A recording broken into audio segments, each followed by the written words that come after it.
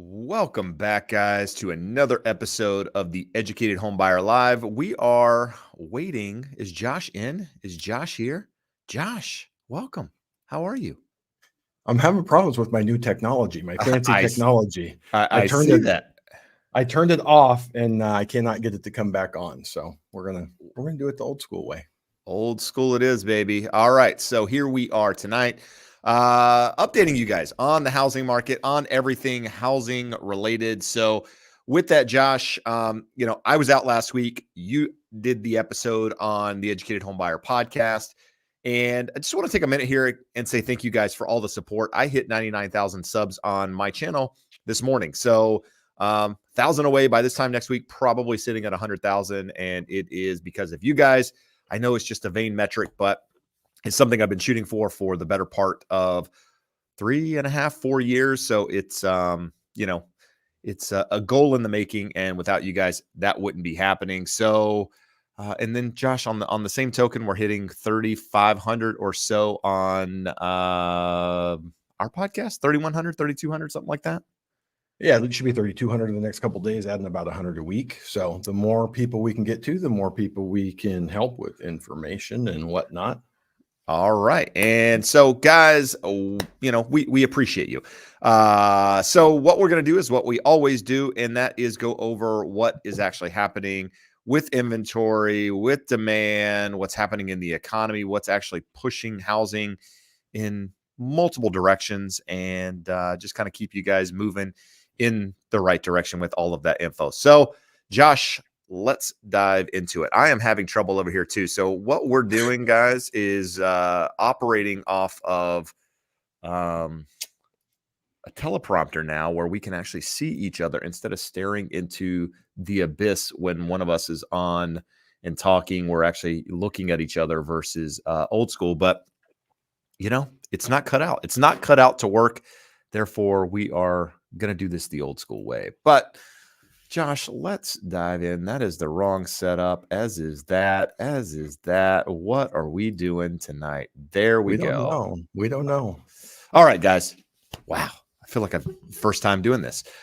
We always start with inventory, and that's exactly what we're going to do this week. We are going to update you on what's happening here locally as well as nationwide. So we're starting to see inventory trickle down a little bit nationwide, which is something that we saw last year as well. So last year we started the year with kind of the highest number of properties for that year until we peaked above that number towards the end of the year in November, which is not normal, right? Inventory continues to grow, typically speaking, from January all the way through until about October, November, and then you start to see the numbers decrease.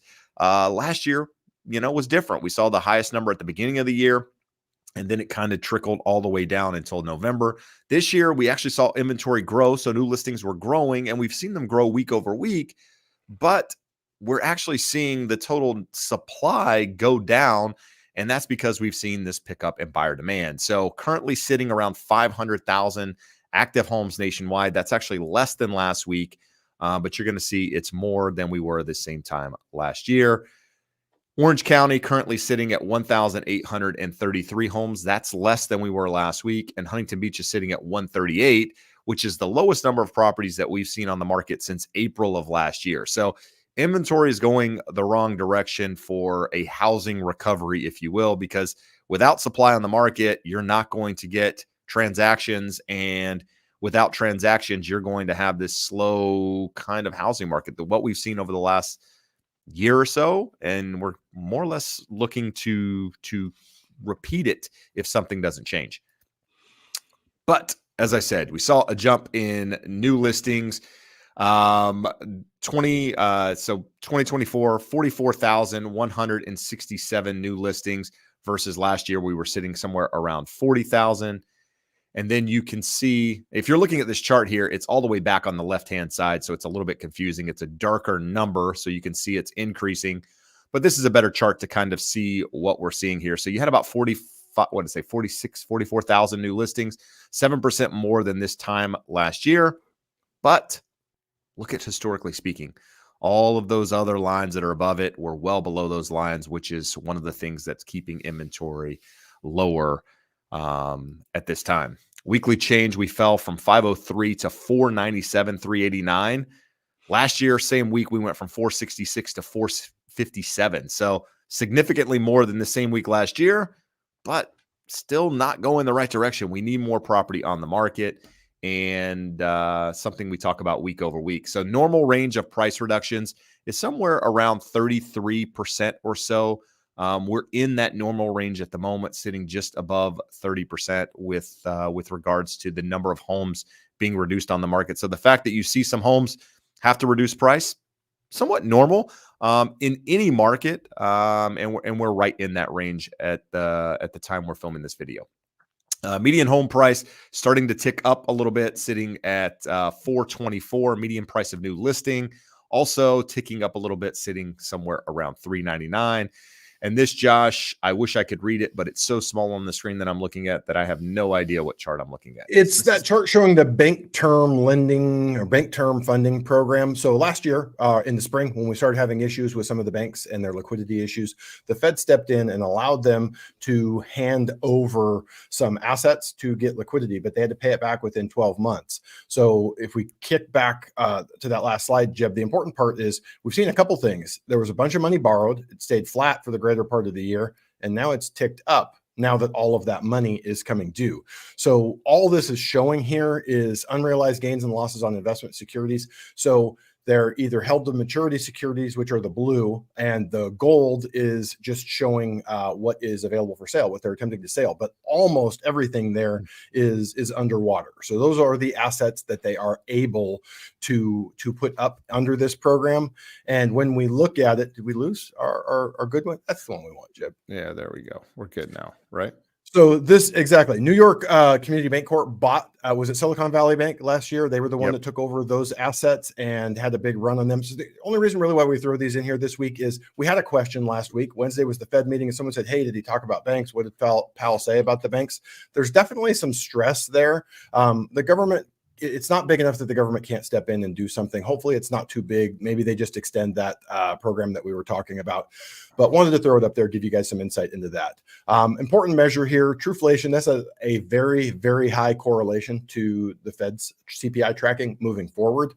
It's just showing more real-time data, down to 1.45%. Well, last week, I believe we were still in the 1.9 range. So trending down rather rapidly. Some additional thoughts here in terms of deflation. ISM services inventory sentiment, inventory is too low. So basically, no one is believing that inventory is too low, which means we're not going to have a bunch of factory orders to replenish inventories. The other one there is core goods CPI inflation, back there, right, basically at zero, continuing again to show not deflation, but disinflation there in the system. Jeb, both last week on the live show and this Tuesday, we released basically when's the Fed going to lower rates? And we had great timing on that, Jeb, because we recorded it last Tuesday. The Fed met Wednesday. Then we had a non-farms payroll report that was unbelievably excellent on the headline, which is all that the media reported. The economy's doing great. It's all great. Everything's perfect. Yeah, everything's good. And then Sunday night, Powell goes on 60 Minutes, which is really unprecedented. They don't go on. Obviously, he wanted to control the narrative a little bit more than the press conference last Wednesday. But of course, we had recorded the previous Tuesday. We released this Tuesday. So a lot of feedback, a lot of comments, people saying, oh, you're crazy. We shouldn't lower rates, keep rates higher. So there's a couple fallacies there. One, that if the Fed caused problems by taking rates too low and leaving them too low for too long, that we can fix that by taking them too high and keeping them higher for longer. It just creates new and different problems. But this is to show you, we talked a lot in that episode, Jeb, about the real Fed funds rate. This only goes back to 04 or so. The problem here is that red box and how long the government allowed rates to stay that negative. That is incredibly accommodative. When we say the Fed should lower rates, no one is saying we should have negative real rates here. It's saying that if we're at 1.45 or 2 on inflation versus the 3.5 that is in their numbers right now, we are much more restrictive than anyone thinks, with a lot of data here that we're going to go through that shows that we're not in the greatest position of strength that a lot of the data the government's been putting out says we are. We had some comments, Jeb, a few weeks back that, hey, we have the issue with the Houthi rebels are attacking ships. So this shows that traffic through the Suez Canal is down 50%. So this doesn't mean goods are not getting to market. It means they're taking the long way and it's more expensive. So in terms of that, that's something that could be inflationary. We talked about, Jeb, last week. We had this wonderful, blockbuster, amazing non-farms payroll report 3 days after ADP. So you see the red downtrending line. It's been pretty consistent. ADP is going down, down, down. And we keep getting these revisions and changes from the Bureau of Labor Statistics saying that things are wonderful. So wanted to show this. This is the ADP data. And this goes back to 2011 when they first started doing this, and it shows the percent change in jobs from the year over year. So normal is 1 to 2.5% change increase in jobs year over year. We had a big dip right when COVID came. Predictably, we had a big spike coming out of that and kind of overshot. And we're going to see on another chart here that we've replaced all the jobs that were lost and then some. But if you look, that is dipping and trending down per ADP and right back into the normal range. So that's not to say we're in massive contraction or headed to some terrible recession. It's to tell you that it's not as good as what you're seeing in that NFP report. This again here is from the NFP report, full-time employment. So if you look there to the right, Jeb, we are at 0. We've created 0 net full-time jobs in the last year. And every time we've hit a peak and trended down, it was just before a recession. So if you look at that time back there in 84, it took almost 4 or 5 years. It trended down, went sideways, and didn't see a recession until 89. Other than that, every one of these times where we've hit a peak and trended down, once it goes negative, you are in a recession. So we have a million signals, and people keep saying, haven't had a recession yet. You guys are dumb. All your signals don't work. This is the chart here, shows by industry, the jobs that were lost during the pandemic and where we are now. Every industry is back positive. And what that is to say is that over the last year or two is that it was expected that we would have pretty big jobs reports because we had to replace the jobs that were lost, especially in hospitality. So this here, again, where are we at? We're at 0 net job creation. We've seen the big layoffs. This is, again, just Google Trends, people searching for laid off and searching for file unemployment. The laid off is bumping up, and we're now seeing trend up for filing unemployment. This here, again, another thing, just showing, we've talked about the excess savings. This is the savings rate as a share of disposable personal income. We're down here back at the lowest level. This chart goes back to 1960, and other than a period of time during the Great Recession, that's the worst that we've seen it, Jeb. We get a lot of folks that think that government intervention is a good thing and is going to fix all of our problems. And this chart just shows you when we talk about inflation, what is the source of inflation? If you see all those things up there in red, those are things that the government has their hands heavily in. Hospital services, Medicare, insurance, college tuition and fees. We've got student loans. All of those things are things that have heavy government influence. This one here, Jeb, just again, a reminder, this could be something that could be construed to either mean, hey, higher rates coming, or a slowing economy and lower rates. Everyone knows we're at 34 trillion with a T on the federal debt. But what most people don't know is 8.9 trillion of that will mature over the next year. What that means is the government doesn't have a checkbook where they just go and pay that off. They come back, they issue more treasuries. Rates are much higher than the maturing treasuries that they are paying off. This here, Jeb, just going back to December, we had that nice run up in bond prices, and we've pretty much been sideways here for the better part of a month. 2024 got off to a sideways. We've gone up, we've gone down, but really haven't gone anywhere since about the middle of December. The 10-year has been a little more volatile. We talked about this over the last couple of weeks. We have a hard ceiling, semi-hard ceiling up at 443, but 419 is resistance on the way up. 427 is stronger resistance. And we just in the last week, Jeb, since the last show, we had seen it as low as 387, somewhere in that range, but 395, 409. So for the foreseeable future, until we start seeing CPI and PCE reflecting this lower rate of inflation, and then on top of that, weaker jobs reports rather than the wonderful headline data we've seen, we're likely to continue trending sideways. Mortgage News Daily's report 695 as the average rate today. Optimal Blue a little bit lower at 668, and FHA VA lower 619 and 65 per Optimal Blue. So they're pretty good ranges depending on your qualifications of what you are likely to be looking at in terms of an interest rate. All right, good stuff. So, guys, there's your market update. We got some regular viewers in the room, regular in the sense that they show up every single week. And with that, give a shout out to Matt, Matty Skull there. What, driving and watching the show? Is that what we're doing? Is that what I'm seeing there from people that are commenting on the video? With that, guys, we also not really a lot of questions tonight. There's only 58 people watching. We are doing something wrong here, Josh. Maybe we're streaming to too many channels. I see there's 6 channels that we're streaming to. That might be too many. Wow, what are we doing over here? Holy cow. I'm gonna have to go explicit on tonight's episode too. That's great. All right, guys, what are we doing? There's no questions. We just go now. Just go home. Yes, They were just here for the data. That's it. Well, good night, guys. That was fun. Side note. So, Josh, what are you doing this evening? I think the projector has to go back. It's absolutely useless for what we need it for. It's definitely interesting. It definitely makes us darker. It's not a question, but Bill D did have a comment. Thank you for responding to my email. So I think you had answered a question for him. So we do have that going for us tonight. Well, that's it, Josh. 62 people just watching us sit here. This is interesting. So I don't know what to talk about. We could talk about this past week's episode on the Educated Home Buyer. We did talk about the Fed. Why they're not lowering rates, what's happening out there in the market, why the Fed's doing what they're doing. If you haven't done so, head over and check that out at the Educated Home Buyer podcast on the YouTube channel. You can also catch it on Spotify and all the other places that you get your audio for the Educated Home Buyer. But it's in both places, and that's really it. I've got nothing else to push out, Josh. I really have nothing.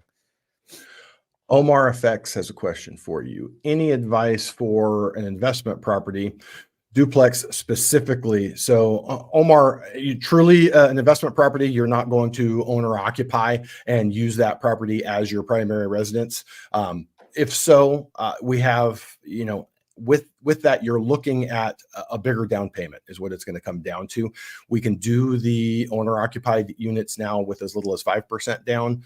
But once you go to an investment property, it's going to require a bigger down payment. So it's a little bit of an interesting picture if that is what you're looking at doing. But Jeb, from the real estate side, any thoughts, ideas for someone looking to invest in multi-units? Not really. I mean, the first steps to get pre-approved, right? Make, in your market, it's a good idea to have an idea of what you're looking for when it comes to duplex. So you have a price, and potentially rent, so that when you talk to a mortgage professional, they have something to base those numbers off of to tell you whether or not you qualify. But states like California, Southern California, very difficult to find duplexes that make sense. And, from a financial standpoint, just because of how expensive they are, a lot of this stuff is being purchased out of state. There are opportunities in other areas, so, I would say just explore your local market. If there's something there that works, fantastic. If not, explore opportunities in some of these emerging markets that there's potential growth in outside of your state. I mean, that's where I see a lot of these, when I see people that own multiple doors, these guys that own 50, 60, 70 investment properties, they're not located in Southern California, right? And maybe that's not your goal, but what I'm getting at here is that there are just way more affordable opportunities in states outside of California, and that may be the best place to consider doing, that sort of thing. And then, we've got somebody also asking about 5+ units. 5+ units is commercial real estate, right? That's no longer deemed residential. And once you take the residential piece out of the equation here, Josh, do we go that? Are we doing this? Sorry. There we go. Yeah. Once you take the residential piece out of the equation, it becomes a whole different animal from a financing standpoint, from a down payment standpoint, an interest rate everything. And that whole commercial space, you're seeing headlines, when they talk about a market that is potentially crashing, there's turmoil coming, there's all of these different factors.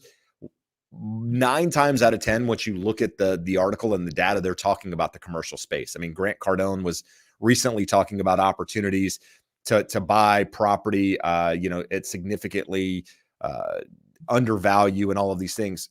He's talking about commercial real estate. And that's because of all of these loans that are coming due, all of this money that was infused over the last couple of years on short-term adjustable rate mortgages that are going to adjust in a space where, these properties have vacancy and no longer cash flow and aren't going to be able to be refinanced. And so in that space, there's opportunities, but residential probably not anytime soon, at least not on the horizon. And Jeb, part of the reason for the risk in that space is it is very uncommon for a 30-year fixed mortgage. Maybe you could get it from a community bank, but they have a fixed period of anywhere from 5 to 10 years. They have prepayment penalties on them, so you're locked in for that time. And they either are going to switch to a variable with a much higher interest rate, or they're going to have a balloon on them that you're going to have to refinance at today's current higher interest rate. So bigger down payments, much different terms. So it's just a different space. All right. Let's see. Got some questions coming in.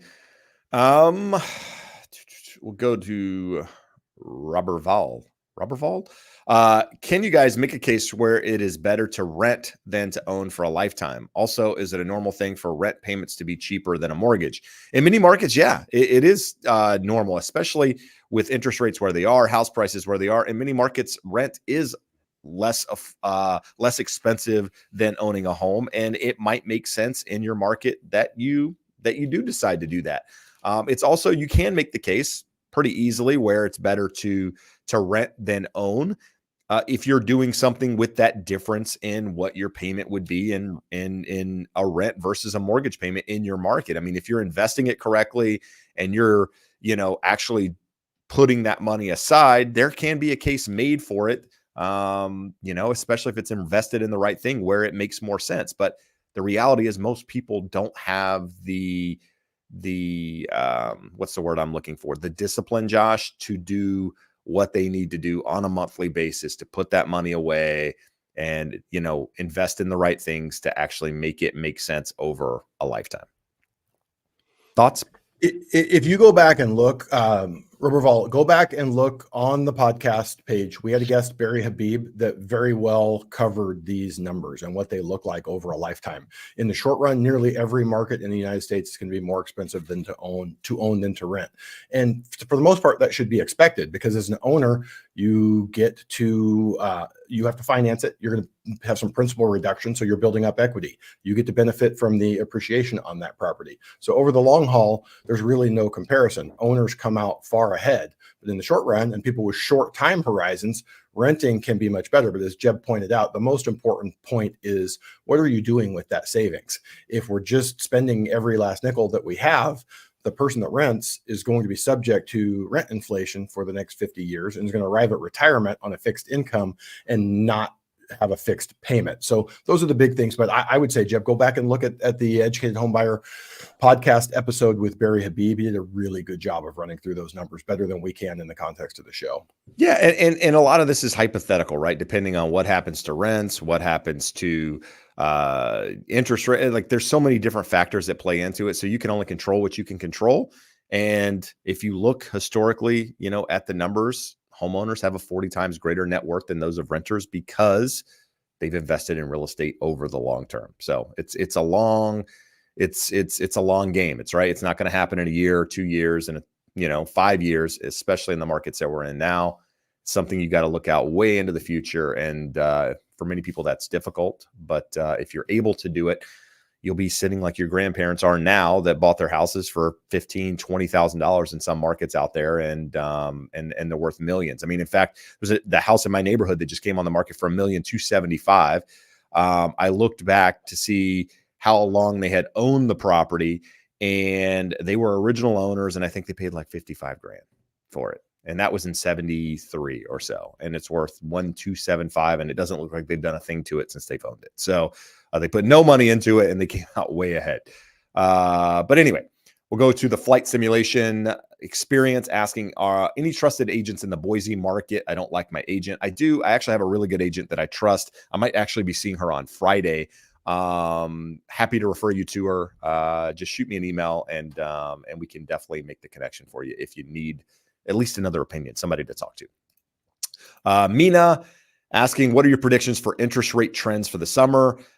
I would say go back and listen to the Educated Home Buyer podcast that we just did this past week, where we talked about the Fed, where we talked about a little bit what's likely to happen with rates and rate cuts. And, as the market slows, which it's going to, the economy is going to slow, and employment should slow. You're going to see the Fed start to cut rates, which in turn is going to lead to lower interest rates, and it should happen by summer. But to what degree, hard to say.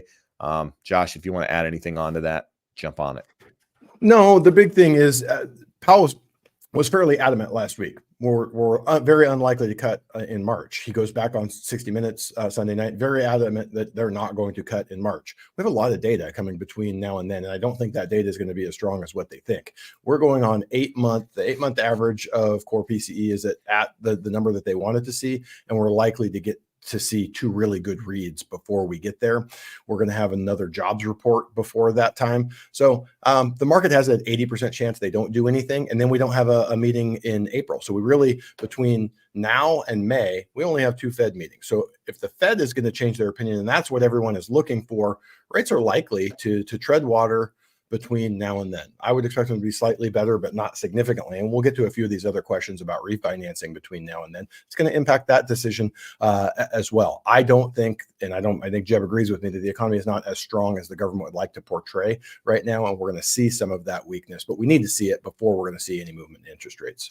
There we go. I was looking for the referral link. Somebody was asking for it. I was in the wrong thing there. So that should be on there now, and scroll in the bottom. So if you need an agent, you need a referral in another state, that link will get you there. So take your time and fill it out, and you'll be connected. And again, I think a lot of people think you're going to be connected immediately. What it's doing is it's sending your information to them so that they can reach out to you. For many markets right now, it's 8 o'clock at night. Most people aren't working at 8 o'clock at night, so they're going to contact you in the morning to have that conversation. So hopefully that is helpful. All right. Josh, is there a site where the average consumer can go look up rent to own price differences? Is there a consumer site that you're aware of? Is there anything that you would consider better or worth pursuing beyond the Zestimate? We've talked about the limitations of the Zestimate for value, but they have a rent Zestimate in there as well. To me, when I look, it usually understates what a property would rent for. The rent would be a little bit higher, but I don't know if there's anything any better, especially consumer facing, where you're not paying for the data. Yeah, and I'm not aware of a site that you can go to and just look at a county or a city and it tells you, hey, median rent, median price, right, in that area. There very well could be where you can run those numbers, but understand a lot of that information fluctuates based on where rates are and where different things are. So it would really have to be something that updates daily to some degree to give you, accurate numbers. So unfortunately, not really. But, if you talk to an agent in your market, they should be able to tell you, hey, this is where the average rent is. And then obviously, calculating mortgage payments is a little bit more difficult. But, talking to a mortgage professional can get you, a better idea of what that's going to be.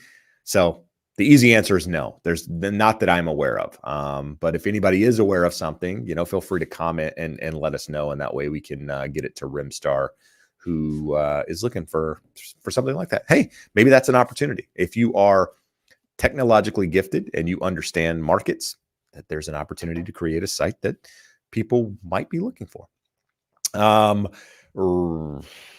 I didn't mean to click on this one, but we'll go this direction. I bought a house in April. I'm at a 6.6 interest rate with an FHA. So that means 6.6 plus 0.55, right? Or April last year. Were we at 0.55 then, Josh, or were we 0.85 then? Yeah, it was 0.55.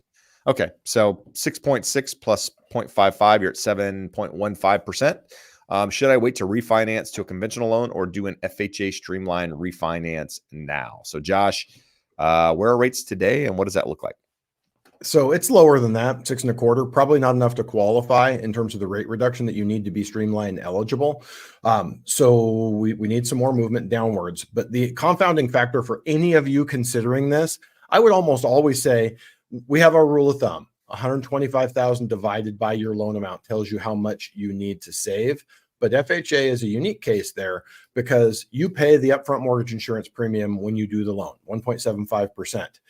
in the first 36 months, you'll get a prorated refund. But after like 18 months, that prorated refund is very small and you're adding another 1.75% back onto your loan. So can it be good? Can it be valuable? Absolutely. But make sure your loan professional is actually going through and showing you what those numbers look like, because you have to account for it.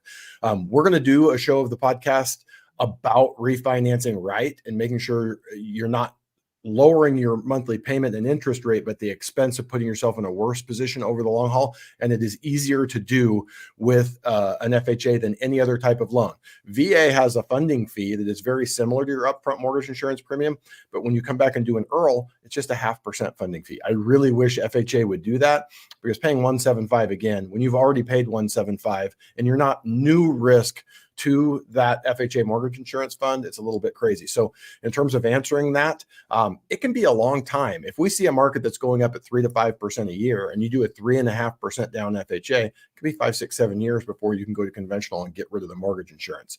You don't have to do an 80% or less conventional, but it's nice because you can get rid of that mortgage insurance. So run the numbers, have a loan officer do the comparison for you, and make sure you're accounting for the fact that you are going to pay an additional upfront mortgage insurance premium on the streamline. All right. Good stuff, guys. So, all right. We answered that one. Rich said he appreciates us both. Appreciate you too. So guys, here's the deal. For the better part of 3 years, kind of let whatever slide in the comments. Like, hey, you could comment on me. You could comment on Josh. You could say we're dumb. I don't really care. It doesn't really affect me, but I've come to the conclusion that it doesn't benefit anyone in the chat when that stuff comes up. And quite frankly, I don't have the time for it. So they're going to be deleted, banned from the channel. And that's just the way it is. So it's here for positivity. Josh and I put a lot of time and effort into being here every Wednesday to provide you guys with information. So if people come in and are acting dumb and dumb comments and have no benefit to you guys as a viewer of the channel or as a listener, they're just going to be done. So you'll see people make comments and they're going to be deleted. So, that, and it's not because we're trying to keep their opinion away from everybody or what. It's just, there's no value in it. And therefore it's gone. With that, Josh, got a question on somebody asking about a VA loan, using it for the second time to buy a house. Do you recommend doing it? So the only difference between using it for a subsequent use and the first time use is if you're doing it again with zero down, you're going to pay a big upfront or a VA funding fee. So instead of the 2.1, it's going to go to 3.3 if you do zero down. But if you made money on the first home and you're going to put 5% down, 10% down, it's a little bit lower, a little bit more manageable, but you're still going to pay that funding fee. What you're getting in return is the VA interest rate is much lower. The qualifying is easier. Debt to income is easier, less restrictive on credit scores. So the numbers never lie. You want to do a side-by-side comparison. If you walked away from the last place and you got 40 or 50% to put down, maybe the conventional loan could make sense. But for most people, if they're able to put a down payment, it's still going to lean towards VA. If they're looking at that subsequent use funding fee at 3.3%, it's real money. That's $10,000 on a $300,000 purchase, 20 grand on a $600,000 purchase. So it's something to take into account. I would lean towards, yes, use the VA, but you got to run the numbers and make the decision for yourself. And the caveat there, Jeb, would always be, if you have a service-related disability, if you're a Purple Heart recipient, you are exempt from the funding fee. And then it would always make sense to use your VA benefit. All right, good stuff. I had a question, or somebody asked me the question yesterday, Josh, and I'll just throw it your way. So this one isn't on the channel per se, but it's a good question. Somebody said, I have 20% down to do to buy a house. I'm running the numbers with FHA and I'm running the numbers at conventional. And it looks to me like the numbers with FHA, even with the mortgage insurance included, seem to be a little bit better than conventional. Therefore, I'm thinking of going FHA. And I said, oh, well, let's hold up. Let's talk about this. One thing is mortgage insurance is no longer tax deductible. So you're with the FHA, while, part of that payment is going to be mortgage insurance. But that aside, Josh, what are your thoughts when somebody looks at it that way, and how should they approach it if they're considering that? With the 20% down in general, and it varies over time, the difference between conventional rate to FHA rate, but it's about 0.75% right now, close to 0.75%. But for this 20% down borrower, you have a 0.5% mortgage insurance. So now we're only 0.25% better. And now we go back and say, you're going to make an upfront mortgage insurance premium of 1.75. So you put 20% down, then they add 1.75 back onto that loan. To me, that's the equivalent to paying 1.75 points. So if we really want to do apples to apples, now what's the conventional loan paying 1.75 points? And it's going to be considerably lower. It's going to be, the effective interest rate should be lower. So other than if someone comes with a 640 credit score, Jeb, we ran the numbers on this 640 credit score, it's going to be high sevens on that rate versus low to mid sixes on an FHA. Now you start seeing a differential where it could make sense, but assuming you have a 680, a 700 plus credit score, I think if you were truly getting an apples to apples comparison, it's going to lean towards conventional, even though the FHA might have a lower monthly payment. Good stuff. Didn't, when I had that conversation, didn't even think about the upfront mortgage premium. So great point there. Let's see. Krista had a good question here. And then there's another question on commission that we'll talk about in a minute. So Krista asked the question, what would you guys recommend for sellers that have homes that are stagnant on the market? Tough to say, right? So, if I can use Matt as an example that was here in the chat earlier, I don't know if Matt's still here, but Matt had a property in LA area last year that wasn't selling last year or the year before. I don't remember. And so I told Matt, hey, send me the link. And one of the things that I noticed initially was that I didn't think the photos were very good. So I said, hey, when you're doing this, outside of price, right? Price is always the most important piece because you can lower a home enough that regardless of what photos you use, what you do to the house, you're going to sell it. But that's not the goal for most people, right? People are trying to maximize price, maximize time, all of these different factors. So that's one thing that I noticed immediately when looking at it, like, hey, look, I think the pictures could be better. So you kind of got to start from the beginning, right? Where are you priced versus comparable homes in the market? How long have you actually been on the market? What does stagnant mean? And some of these questions you can answer. And we'll talk about it. But stagnant for some people is, hey, my home's been on the market 3 weeks and it hasn't sold. Okay, that's okay, right? The average market time right now in Huntington Beach or in Orange County is about 45 or so days. That's average. And that's because some homes take 100 days. Some homes sell in 2 or 3 days, right?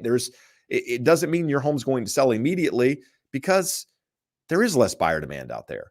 Homes that are priced correctly, though, and are turnkey, and at least in my market, seem to be the homes that are still moving the fastest. Homes that need some work, homes that are overpriced, homes that have funky layouts, homes where agents haven't done the right things to market the home to get the most exposure are the homes that typically have problems. Another thing is, this is something, buyer commission. Are you offering a buyer's commission?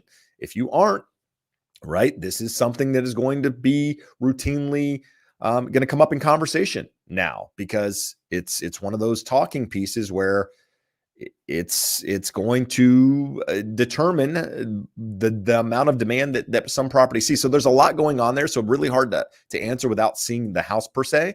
If you're local, as an agent, a broker, I can't really give you advice on these things, but I'm happy to look at it from a friendly standpoint. But if you're outside of the state, outside of the area, really hard to do. But I'm happy to refer you to somebody in your market if you need another opinion. All right. Hopefully that was helpful. And then we had another question here, Josh, on buyer commission, asking about 1%. Is 1% a good commission for an agent to help me during contract for a new construction? Lennar will not pay for commission, and the max out of pocket I can afford is no more than $5 or $6 grand.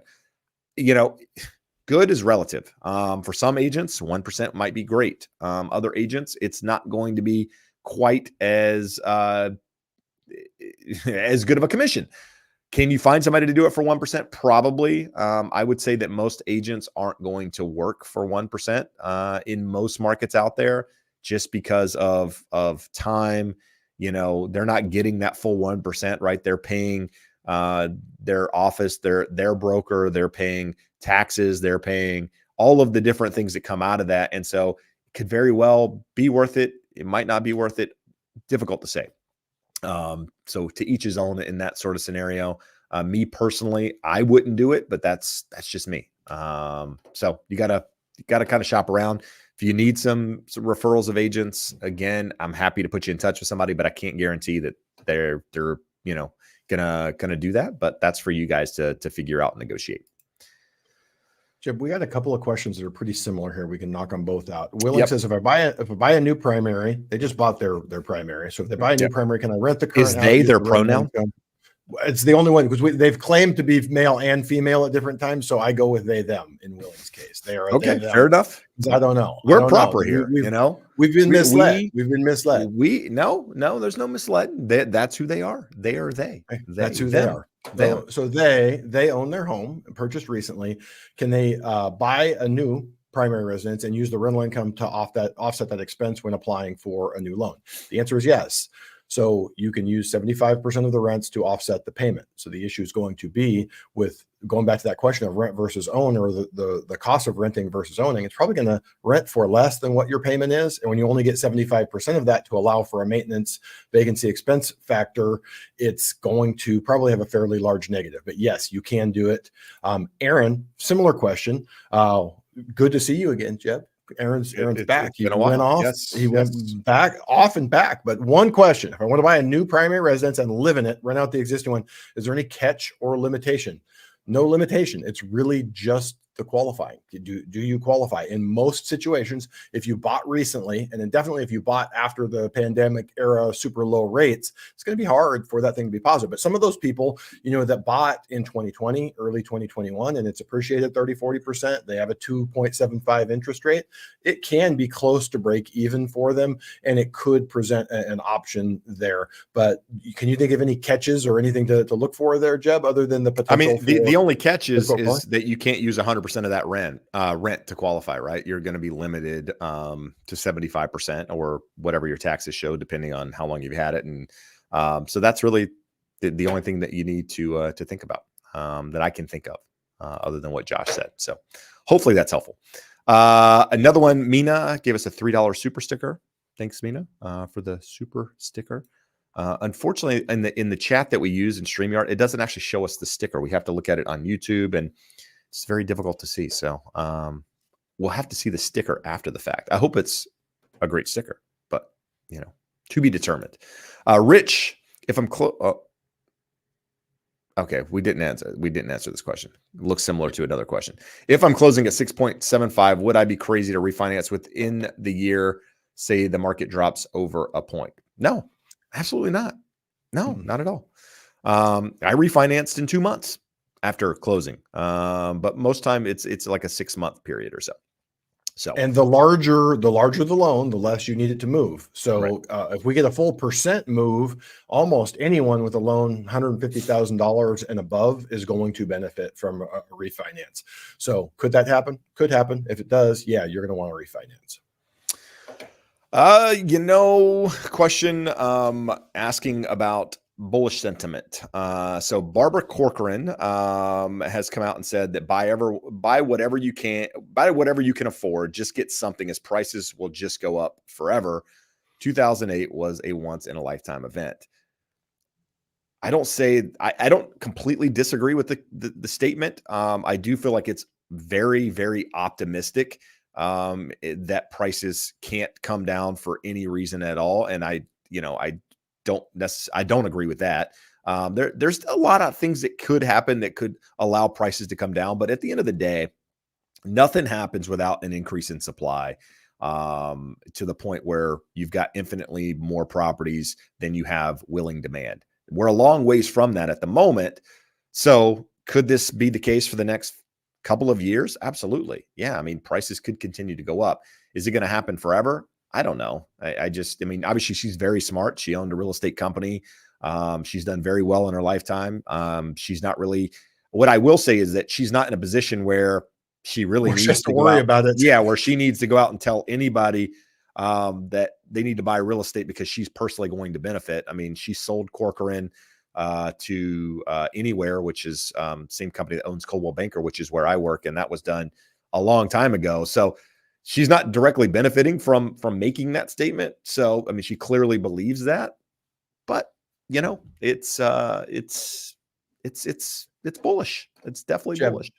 Let's look at it this way. Of all of the things that we watch and track, the one wild card that could be a train that I don't want to step in front of is the federal debt. we don't know how that's going to play out, and it could. I mean, there is a plausible way that it could result in hyperinflation that could change everything in ways that we don't even understand, because it's so outside of the realm of what we've seen in 250 years as a country that we don't even know what that would look like. But it's something that could cause it.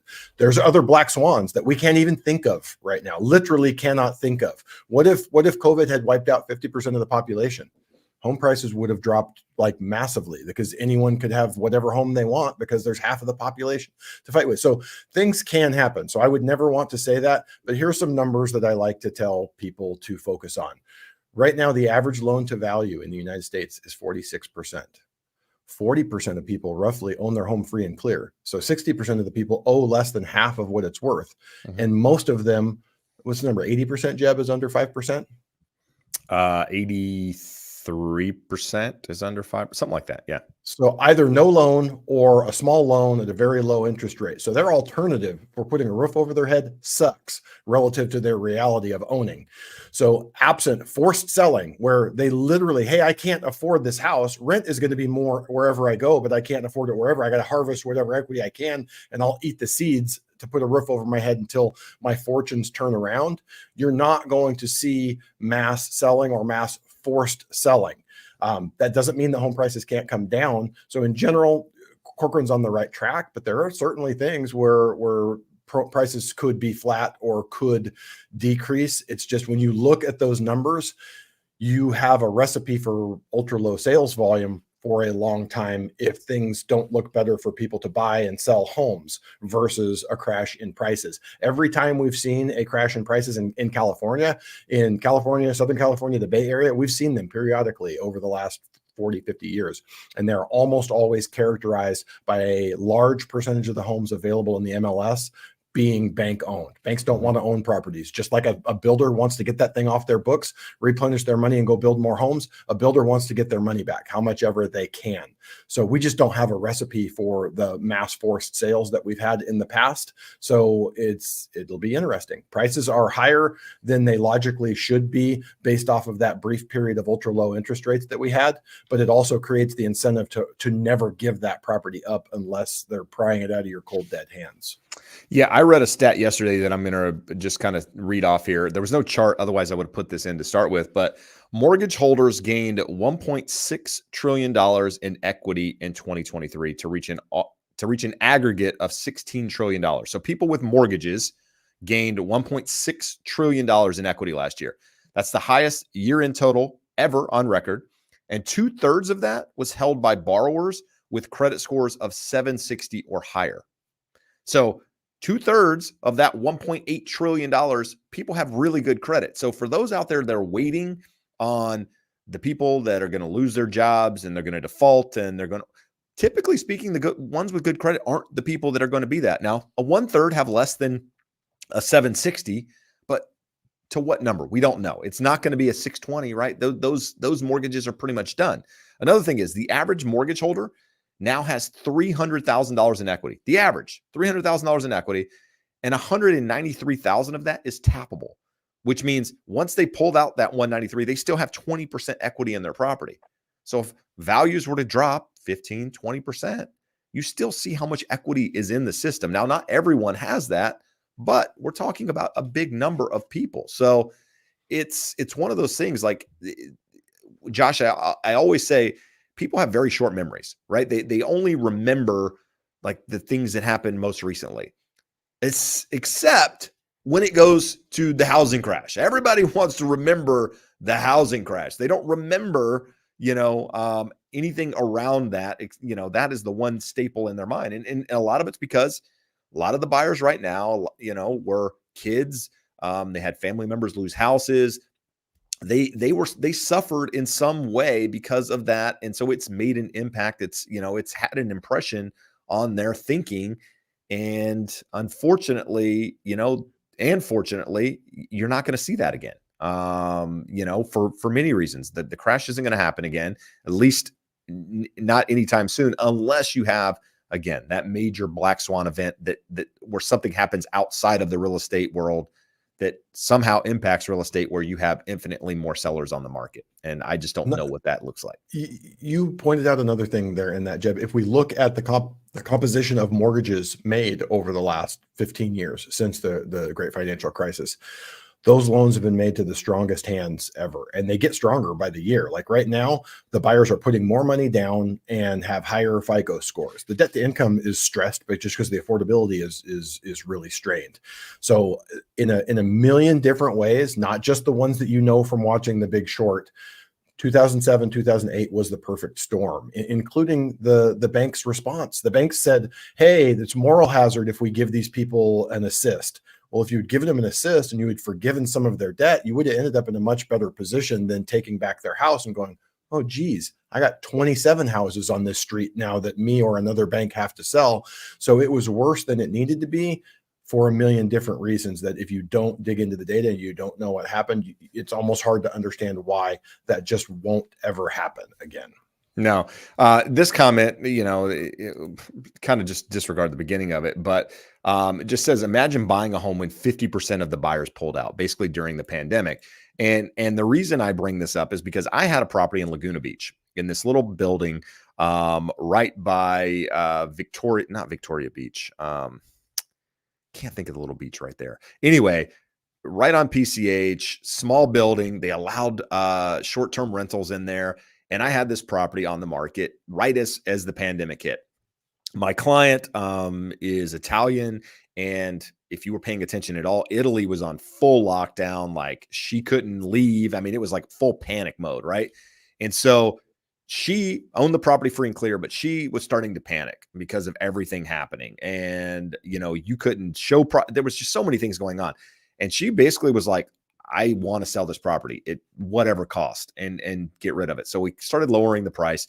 And I was really, really close, Josh, to buying this home. Like I thought like, hey, maybe this is an opportunity, but I really had no idea. Like at that point, I wasn't making any money because we couldn't do anything. And I'm like, maybe, I'm setting myself up for disaster here. God, had you bought that property, like it's probably gone up twofold in the last 3 years, 3.5 years from when that time, just because not only could you have gotten a bargain on it because of price and her wanting to move, but rates ended up coming significantly lower. You could have refinanced. You could do short-term rentals. What did it sell for, and what's it worth today? I think it ended up selling for like $375. We started at like $425, I think. It needed a remodel on the inside, but I honestly don't know what it's worth today. It's probably worth $700,000 or $800,000 easily, just based on the location. Yeah, so. There are opportunities in every market. Just got to be able to weed past the fear. And sometimes the fear gets the better part of you. And it did me in that situation. Yeah. What's up? Jeremy's been super patient here and asked a question here earlier. I'm within 45 to 60 day close window, could technically lock this week. With the CPI data coming out next week, do you think it's a risk to wait until that release? And they followed up with the 10-year has been trending backwards since the hot employment data last Friday. I'll throw something out there, Jeb, and then you give me your 2 cents on it. We have hit like 419, 5, 6, 7 times now, and it is held as a fairly firm 2024 ceiling. Doesn't mean that it's guaranteed. And we showed that we have 427, a backstop behind that. So not a lot of risk there. So the question to me is, what's the reward? If we get to that CPI data and it's a 0 month over month reading, and we're, lower than what people are imagining, you're going to see a rally. How much? How much is it? What could we possibly gain by that? I don't know. I would say your risk of not locking is maybe an 1/8 before you just capitulated and said, I'm locking it. And your potential gain is 1/4, maybe 3/8. I don't see any huge moves until the Fed actually pulls the trigger. Yeah. I agree for the most part. Again, I think the CPI data is kind of baked into the cake, right? People know the CPI numbers are going to come in at, significantly lower than last year's numbers, and we're going to see a drop. Do we see a bigger drop than it's expected? If so, little rally. Probably nothing crazy. Opposite of that, it ticks up a little bit. You see the market go up a little bit. Do I think we could break the 419 area? I do, but 417, whatever Josh mentioned. But it's not going to go much higher than that, at least not without additional data. So I think the risk to the high side is on a little bit lower. But I think there's a bigger thing happening out there with the commercial space and New York. What's the bank, Josh? That we're already starting to see New York, whoever bought Silicon Valley Bank. NYCB is a New York commercial bank. Is that what it is? Whatever. NYCB. The one, the one that's out there trending. That has the potential to impact the 10-year in a more meaningful way, I think, than maybe even CPI. If they go, if maybe them and or another bank comes up. I mean, did you read that thing I sent you today, Josh, about the commercial space in the charts that I sent you? Yeah, you did. Yeah, and so it was really interesting in that last year about this time, February, March. The Fed basically came out and allowed these commercial banks to borrow money to essentially help out their balance sheet because of everything happening in the commercial space. Now, I think it happened as of about March, right? Because that's when SVB happened. So, what's not really talked about is that these banks had a year to pay this amount of money back. And so now we're coming up to the end of that year and you're starting to see some capitulation with the NYCB. What other banks out there are having stress, having issues? Hard to say. Now, does the Fed step in again and reissue something? Maybe. But I think there's an opportunity there for potentially more turmoil on that side. And that could have an impact on the 10-year rates, everything, which could end up benefiting you. But hard to say, right? I mean, it's so volatile right now. There's the littlest moves in data either way can have a larger impact than what we believe just because of how it's interpreted from one party versus another and what have you. So I would say if you're comfortable with the rate, lock it, move on, don't stress about it, and get an opportunity to refinance and hopefully later in the year if everything does as we think it's going to do. And really, it comes down to that 45 to 60-day window, Jeb. I don't think either one of us see an appreciable move in that 45 to 60-day window, one way or the other. Not a big enough drop where you're going to benefit from it. Jeb, we got a comment here, a question. JW8000 says 499 on an FHA 30-year and a take it and run, buddy. So here at the top of the show, we showed the averages nationwide are about 6.25 right now. Should be lower than that for people with good credit. They should be just a tick under 6%. But what I will say, I have a friend just went under contract. We got her pre-approved. She tells me, hey, I'm looking at new construction. So she goes out. I said, they're going to make you pre-approved with them. See what the number is. They were offering her a $30,000 incentive on a $550,000 property. That's pretty awesome. So they wanted $20,000 to buy it down to 5.25. I could have done that for $10,000, but who was going to pay the $10,000? So you end up, some of it is smoke and mirrors with the builders in terms of their lender. It's going to be more expensive to get them to those rates. But at the end of the day, it doesn't matter whether they say ignore what they're saying the incentive is. Just say, what does it cost me net? And what is my interest rate? 4.99, if they're covering the majority of the cost, is an amazing interest rate. Agreed. Absolutely. Question that's different than anything else here, Josh. Would you rather be able to speak another language or play a musical instrument? Because you can't do either. So which would you rather have? I mean, one would make you more money. The other would just be a cool talent to have. I got a follow-up question. Right. I'm going to go with the instrument. So then the question then, Jeb, is if you say instrument, what instrument? Oh, acoustic guitar for sure. If I could just pull out a guitar and just play random songs, that's fantastic. Jeb, you're not 19 sitting on the East Carolina campus waiting for the ladies to walk by and be impressed by your herringbone. Just like sitting by fire pit in the backyard guitar. I think that there's something to that. I envy people that can just listen to something and play it. I think it's awesome. Speaking a language would make me infinitely more money. And I think I'd have to go with the language. If I could be fully fluent in another language, it will make you more money. Absolutely. It'll make you more money. So the practical thing is the language, but in the real world, if I could be a master of the jazz flute, it would be worth its weight in gold being able to do that. Willing said that, another follow-up said he helped name our show, The Educated Home Buyer. So about 2 years ago, guys, we voted. I put a couple names out there. The Educated Homebuyer was what you guys voted on, so that became the podcast. And I guess Willing has a pup that we need to name. And one of the name is, what do we have? What are our options? Put in the options here. Cashmere. It's just they have already been listing them. Cashmere, and it would be Cash for short. Okay. They thought I would enjoy that. Let's see. We got others here. Oh, and it's going to be a Shih Tzu Maltese mix. So is it a Maltzu? I believe is what they call those. Do you like Fanny for Fannie Mae, Killian, or Stella, or Cashmere? I gotta be honest. I don't like any of them. But I am the person that will have a dog for 3 or 4 weeks before it gets a name, because it takes a while for the perfect one to hit.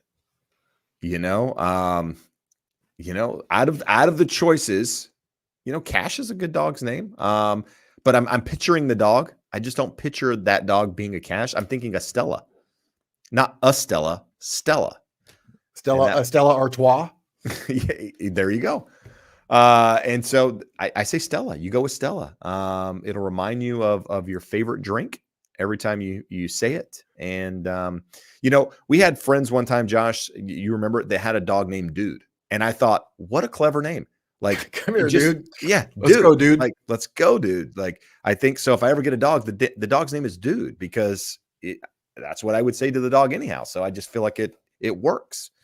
We have an important question. Enough Time Travel wants to know, is it a boy or a girl? Because then Willing followed up with, how about Freddie for Freddie Mac? I like Freddie a lot more than Fanny.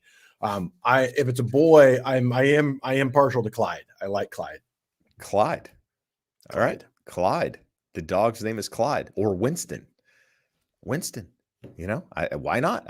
We were at dinner the other night, and somebody said that I was going to get a dog, and the dog's name was Winston. So I figured, we just throw it out there. Anyway, guys, it is 6:00. We've been on here for an hour. Started slow, picked up a little bit at the end there. But appreciate you guys being here every week and showing up and asking questions and helping the podcast grow. If you haven't done so already, check out the Educated Homebuyer YouTube channel, the podcast. If you've listened to it, you like it, subscribe, rate us, review us. All of that stuff helps push it out there, especially the rating and reviewing. And you can actually do a rate and review by going to theeducatedhomebuyer.com and checking out the website there. You can log into those platforms and do all that good stuff. So if you need us, there's a link scrolling the bottom. Josh, how can people get in touch with you? Well, info at the Educated Homebuyer is easy. So if you have a question for either of us, it comes through there. If you go and look on my website, bywisemortgage.com, it's got all my contact info, and it has a cute little inquiry form where you can see videos. The Educated Homebuyer has a video of Jeb talking about how you could transact with us, and any and all of those will be all paths lead back to Josh. So you're good. All right, guys, we will be back next Wednesday in some format here to talk to you guys. And until then, check us out on the other channels, like and subscribe. Adios. Amigos.